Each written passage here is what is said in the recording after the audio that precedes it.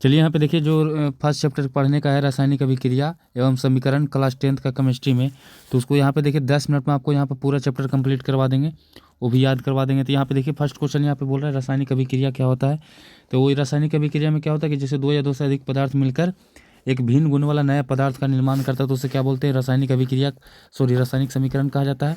और यहाँ पे देखिए जो रासायनिक अभिक्रिया में भाग लेता है उसे क्या बोलते हैं, अभिकारक कहा जाता है। जैसे C+O2 क्या बनाता है, CO2 बनाता है। तो ये C+O2 क्या है, अभिकारक कहलाता है। और CO2 जो बना उसको क्या बोलते हैं, प्रतिफल बोला जाता है।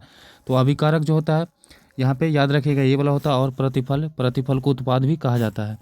आगे यहाँ पे देखिए, आगे याद रखिएगा कि रासायनिक अभिक्रिया होने पर क्या क्या होता है। यहाँ पे अवस्था में परिवर्तन, रंग में परिवर्तन, गैस का उत्सर्जन होता है, ताप में परिवर्तन होता है, अपक्षेप का बनना होता है। आगे यहाँ पे देखिए रासायनिक समीकरण क्या होता था, जैसे कोई भी जैसे रासायनिक अभिक्रिया लिखते हैं C+O2 CO2 बनाता है, तो इसमें क्या होता है, संकेत और सूत्र का प्रयोग करते हैं, तो वहीं रासायनिक समीकरण कहलाता है। यानी कि रासायनिक अभिक्रिया को संकेत और सूत्रों के रूप में लिखना या सूत्रों के रूप में संक्षिप्त निरूपण ही क्या कहलाता है, रासायनिक समीकरण कहलाता है। और रासायनिक समीकरण दो प्रकार का होता है, संतुलित एवं असंतुलित। संतुलित में क्या होगा कि अभिकारक और प्रतिफल दोनों तरफ क्या होगा, परमाणुओं के तत्वों के परमाणु की संख्या क्या होगा, समान होगा, तो उसे संतुलित कहा जाएगा। अगर अभिकारक और प्रतिफल के बीच तत्वों के परमाणु की संख्या समान नहीं होगा तो उसे क्या बोलते हैं, असंतुलित कहा जाता है। एग्जाम में देखिए पूछा जाता है कि संतुलित रासायनिक समीकरण को संतुलित करना क्यों आवश्यक है। तो यहाँ पे द्रव्यमान संरक्षण के नियम पालन करने के लिए उसे संतुलित किया जाता है। आगे यहाँ पे देखिए बोल रहा है संयोजन अभिक्रिया क्या होता था, जब दो या दो से अधिक अभिकारक मिलकर एक उत्पाद बनाता है। जैसे C+O2 दो या दो से अधिक पदार्थ है, उसके बाद यहाँ पे देखिए दो या दो से अधिक अभिकारक है, अब बनाएगा देखिए एक नया उत्पाद बना लेता है।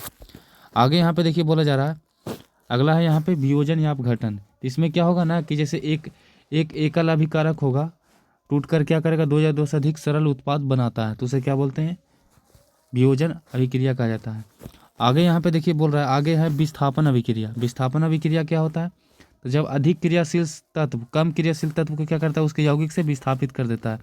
जैसे Fe जो होता है, जैसे Fe हो गया CuSO4, उसके बाद यहाँ पे देखिए जो Fe होता है ना, ये Cu को क्या करता है, विस्थापित कर देता है, बन जाता है FeSO4 प्लस Cu, यानी कि Cu को क्या कर देता है, विस्थापित कर देता है।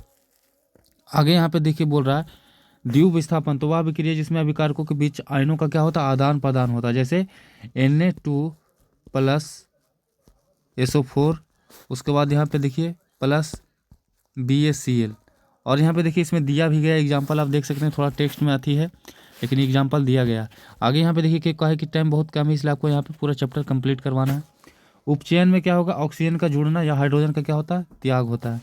अपचयन किसे कहा जाता है, जिसमें हाइड्रोजन का जुड़ना ऑक्सीजन का हटना अपचयन कहलाता है। रेडॉक्स क्या कहलाता है, जिसमें उपचयन और अपचयन, यानी कि उपचयन को ऑक्सीकरक अपकरक, मतलब ऑक्सीकरण और अपकरण दोनों साथ साथ होता है ना, उसे क्या बोलते हैं, रेडॉक्स अभिक्रिया कहा जाता है।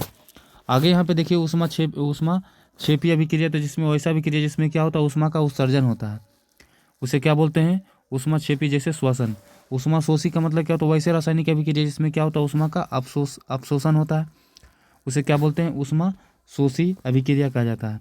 आगे कह रहा है संक्षारण क्या होता है, तो जब कोई धातु को हम वायु के संपर्क में छोड़ देते क्या होता है, धीरे धीरे नष्ट होने लगता है, तो उसे क्या बोलते हैं, संक्षारण कहा जाता है। जैसे लोहा हुआ देखे हुए, जब कोई क्षार गुण को वायु के संपर्क में छोड़ देते तो उसमें नमी ये सब क्या होता है, उस पर उस नमी के कारण, वायु के कारण क्या होता है, धीरे धीरे संक्षारित होता है। और इस प्रक्रिया को क्या कहते हैं, जंग लगना भी कहा जाता है, या इसे संक्षारण कहते हैं।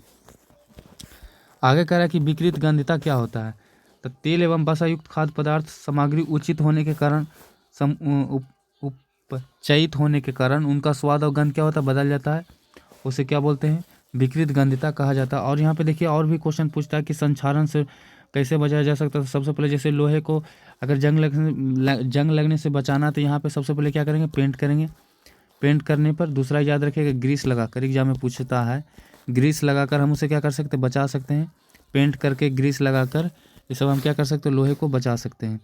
और यहाँ पे देखिए विकृत गंधिता, तो यहाँ पे इसमें क्या होता है ना कि जो खाना वाना क्या होता है खराब हो, उसका जैसे वायु के संपर्क में छोड़ देंगे तो उससे क्या होता है, खाना खराब हो जाता है, तो इसी को विकृत गंधिता कहा जाता है।